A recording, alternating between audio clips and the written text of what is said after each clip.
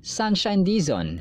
Matapos mapanood sa ilang mga shows sa Kapamilya Network ang original na Sangre Terrena ng Encantadia na may real name na Margaret Sunshine Cansancio Dizon at pinanganak noong July 3, 1983 sa Quezon City ay bumalik sa GMA7 bilang freelance actress at hindi isang exclusive sa isang network. Muling ipinamalas ni Sunshine ang kanyang galing sa pag-arte sa katatapos lang na action-adventure series ng GMA na Mga Lihim ni Orduha kung saan kasama niya ang mga bida ng naturang serye at jewels of primetime na sina Kylie Padilla, Gabby Garcia at Sanya Lopez. Sangkatutak na actually ang shows na ginawa ni Shine sa TV at pelikula. Sa napakabatang edad na 3 ay nagsimula ang acting career niya sa film na God's Little Children noong taong 1986. Sinundan pa ito ng movie na Kung Kasalanan Man taong 1989, Hindi Pa Tapos Ang Laban taong 1994, ng yumaong King of Philippine Movies na si FPJ.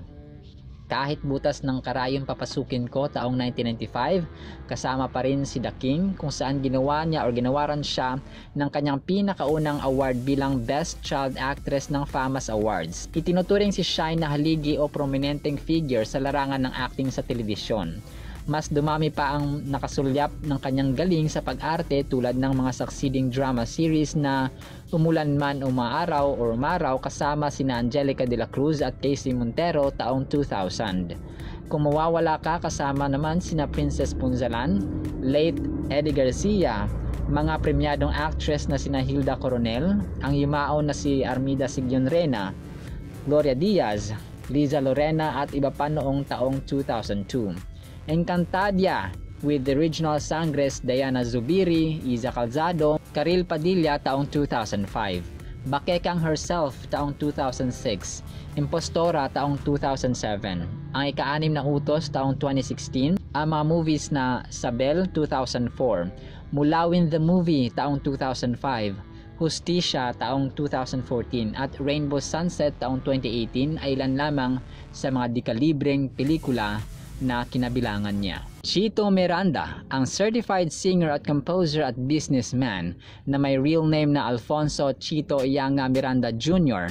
at isinilang noong February 7, 1976 na isa sa mga founding members at lead singers ng bandang Parokya ni Edgar ay nagkaroon ng pagkakataong makapanayam ng award-winning anchor reporter na si Ma'am Jessica Soho kasama ang kanyang mabuting may bahay na si Neri Naig. At ngayon ay napapanood na rin sa The Voice Generation sa GMA tuwing Sunday bilang isa sa mga coaches kasama ang international performer na si Billy Crawford, Limitless star na si Julian San Jose at SB19 choreographer na si Stel. Sa larangan ng business, alam nyo ba na bago magkaroon ng restaurants ay nag-venture muna sila ng pharmacy, gourmet tuyo ngunit nalugi. Pero hindi sila sumuko at ngayon ay meron na silang more than 14 restaurants dito sa Pilipinas at maliban dito ay meron din silang rental houses, properties and so on. Si Neri naman ay meron pang bedding business and they remind us na pag sa pera or pag may pera ka ay dapat magkaroon ng mindset na paramihin, hindi lang para gastusin.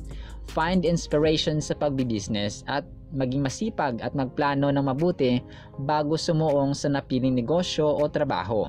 Sabi pa nila na don't just put the eggs in one basket. Kailangang madaming type of businesses kasi para pag nalugi yung isa ay meron pang backup, which is very true. That's according sa kanilang mag-asawa during the interview kay Ma'am Jessica Soho. Dominic Ochoa or may tunay na pangalan na Jose Madrigal Ochoa ay pinanak noong August 4, 1974 at nagpapasalamat sa tagumpay na tinatamasa ng seryeng kanyang kinabibilangan na napapanood sa GMA Afternoon Prime, Ang Abot Kamay na Pangarap.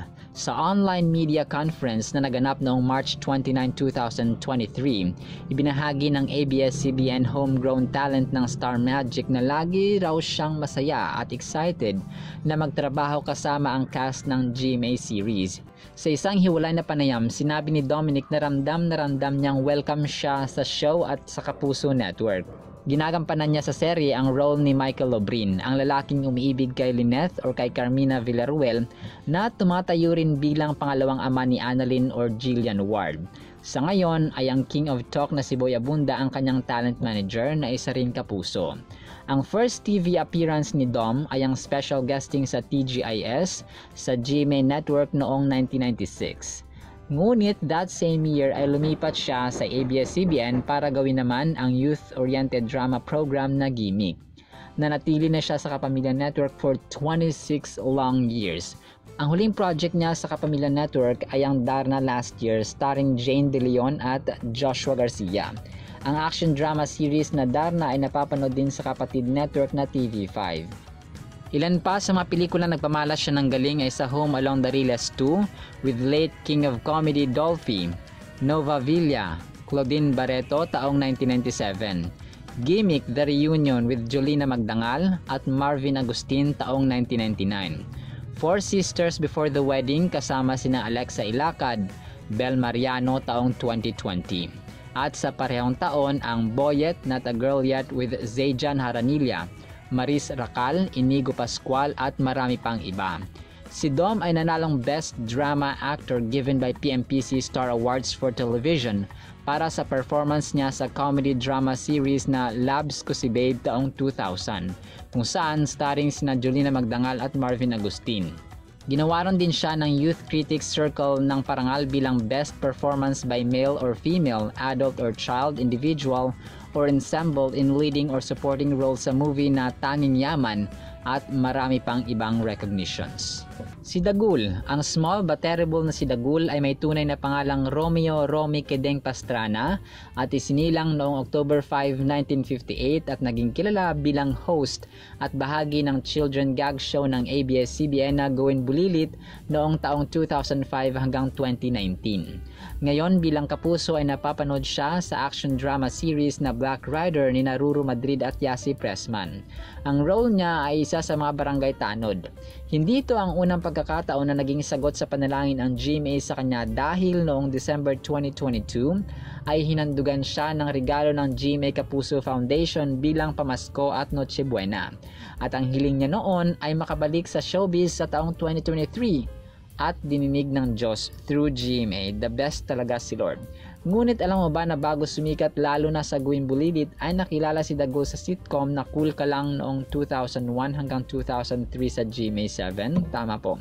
Naging parte siya ng mga movies like Yes Darling, Walang Matigas na Pulis with Bong Revilla Jr., Lani Mercado, Jimmy Santos taong 1997, Isprikitik Walastik Kung Pumitik with late comedians Carding Castro, Redford White at sina Serena Dalrymple taong 1999. Juan Ted, Wanted kasama sina Bayani Agbayani, Jano Gibbs at Ann Curtis taong 2000. The Uragons, Never Umuurong, Always Sumusulong kasama si Andrew E., late Eddie Garcia taong 2002. Mr. Suave kasama si Vong Navarro, Isko Salvador taong 2003. At ang Sakali Saklolo kasama ang mag-asawang Judy Ann Santos at Ryan Agoncillo taong 2007. Una siyang diskubre ng singer-host at comedian na si Randy Santiago noong 1998 at binansagan siya nito na Dagul, na katumbas ng colloquial term sa Kapampangan meaning tall or matangkad or malaki na opposite sa kanyang stature. Empoy Marquez, ang sikat na actor at komedyante na si Empoy Marquez at may tunay na pangalang Julius Herman Empoy Ramos Marquez na isinilang noong July 3, 1981 ay napapanood sa action series ng GMA Public Affairs na Black Rider Gabi-Gabi.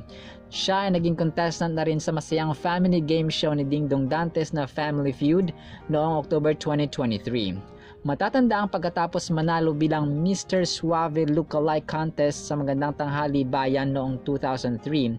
Ang Mr. Suave ay ginawan din ng movie kung saan kasama niya sina Vong Navarro at Angelica Jones taong 2003 at nanalo rin siya ng awards na sabing comedy film. Si Empoy ay napapanood rin sa TV5 shows na Loco Moco kasama sina Alex Gonzaga, Valin Montenegro taong 2008 hanggang 2013 at naging leading man ng prinsesa ng dance floor na si Ma Salvador sa isang comedy drama series entitled Niña Niño Still sa TV5 noong taong 2021. Sa Kapuso Network ay Running Man Philippines noong 2022, Happy Together with John Lloyd Cruz noong 2022 at ngayong 2023 action drama series na Black Rider with Ruru Madrid at Yasi Pressman.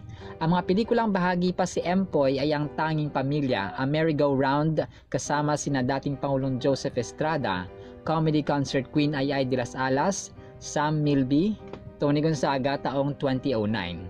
5 kasama si Jody Santa Maria, Raver Cruz, Robbie Domingo, Ma Salvador taong 2010. Kita-Kita with Alessandra De Rossi taong 2017. The Barker kasama sina Shai Carlos, Jerry Craval, Sylvia Sanchez taong 2017. Kusina Kings with Zanjo Marudo, Ryan Bang taong 2018. Ito at marami pang iba. Ang mga awards na natanggap niya ay Breakthrough Movie Love Team with Alessandra De Rossi at Breakthrough Movie Actor of the Year, parehong nagmula sa Guillermo Mendoza Box Office Awards para sa movie niyang Kita-Kita noong 2018.